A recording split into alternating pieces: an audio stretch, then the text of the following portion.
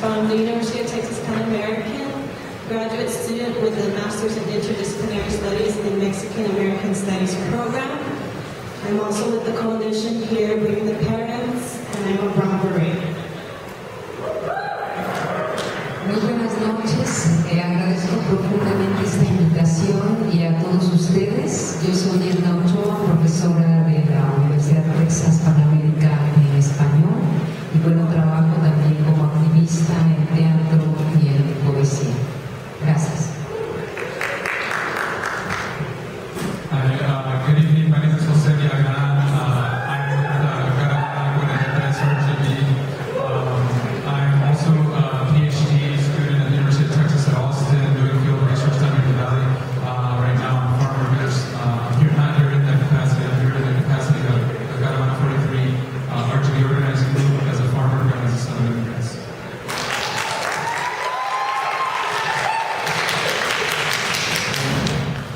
So I'm going first, and I'm just going to give a brief overview of some international human rights standards that are relevant as we try to understand and make sense of this state crime that we see in this documentary on.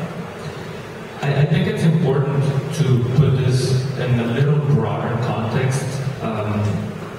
Those of you who are from Mexico might know that Guerrero is one of the poorest states in the country, along with Chiapas and Oaxaca.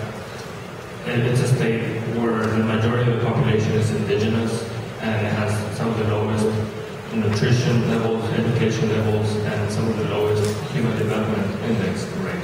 So I think that is important because it puts a particular emphasis and helps understand why this type of political movements and student movements are especially strong in this part of the country. And if you're familiar with the Dirty War in Mexico in the 1970s, there were some guerrilla movements and some organized uprisings in Guerrero that led to many murders and forced disappearances in that state in the 70s. So it's not the first time it happens, unfortunately. And I think it's important to understand how this unfortunately a cycle that has been happening, and then in the last 8 or so years it has intensified, particularly with the so-called war on drugs launched in approximately 2006 with particular force. And we heard some of the numbers, tens of thousands of people who have been murdered or disappeared. And that's where I want to make a particular emphasis. When the crime is committed by the state and state authorities, it takes on a particularly different magnitude. It's not the same to say that someone was murdered by a criminal, not to say that someone was murdered by a police officer. That is very different legally, and I would say politically and even morally.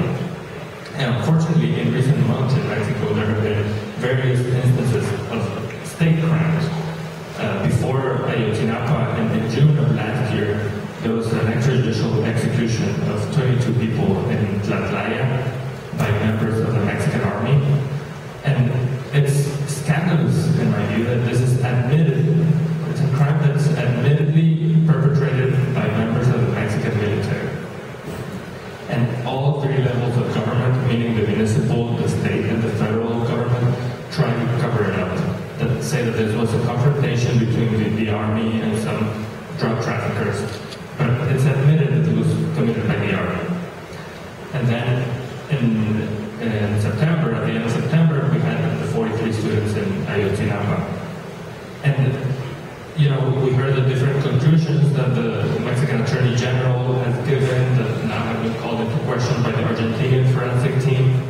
But one thing is undisputed, is that the municipal police of Iguala took these students.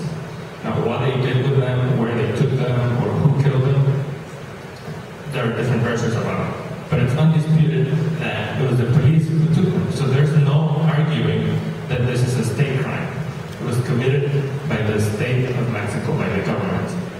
And when that happens, international conventions and international human rights standards come into play.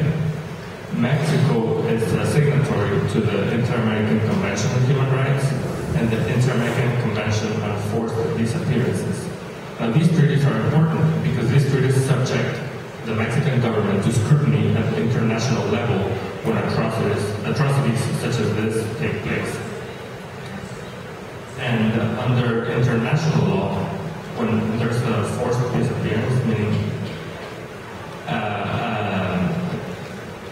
person is disappeared by the state, by the authorities, if three elements are met, that qualifies as a forced disappearance. And that means if there's a deprivation of liberty, if there was the direct participation or acquiescence by state actors, such as the police or military, and if there's a failure to acknowledge the detention or arrest or to reveal the whereabouts of the missing person. And those three elements are met in this case, so it will take time, but this case will make its way through the Inter-American human rights system, and it's not confirmed, but there are reports that a petition has already been filed with the Inter-American Commission on Human Rights, and that will make its way through the international human rights system and eventually lead to a decision by the Inter-American Court of Human Rights. And sadly, it will not be the first time. There's already a precedent against Mexico in the case of Radilla Pacheco versus Mexico, also out of the state of Guerrero, in which another Mexican militant was disappeared and killed by the Mexican army. So unfortunately, the findings of that case are now being repeated in the case of the missing 43 students. And I think that there is hope in the International Human Rights Forum because that takes it outside of the Mexican judicial system, so outside of the Mexican courts. And we can only hope that movements like tonight create awareness and keep the pressure on the Mexican government to fully conduct the investigation, not to close the case, because it will have to answer sooner or later to international human rights courts.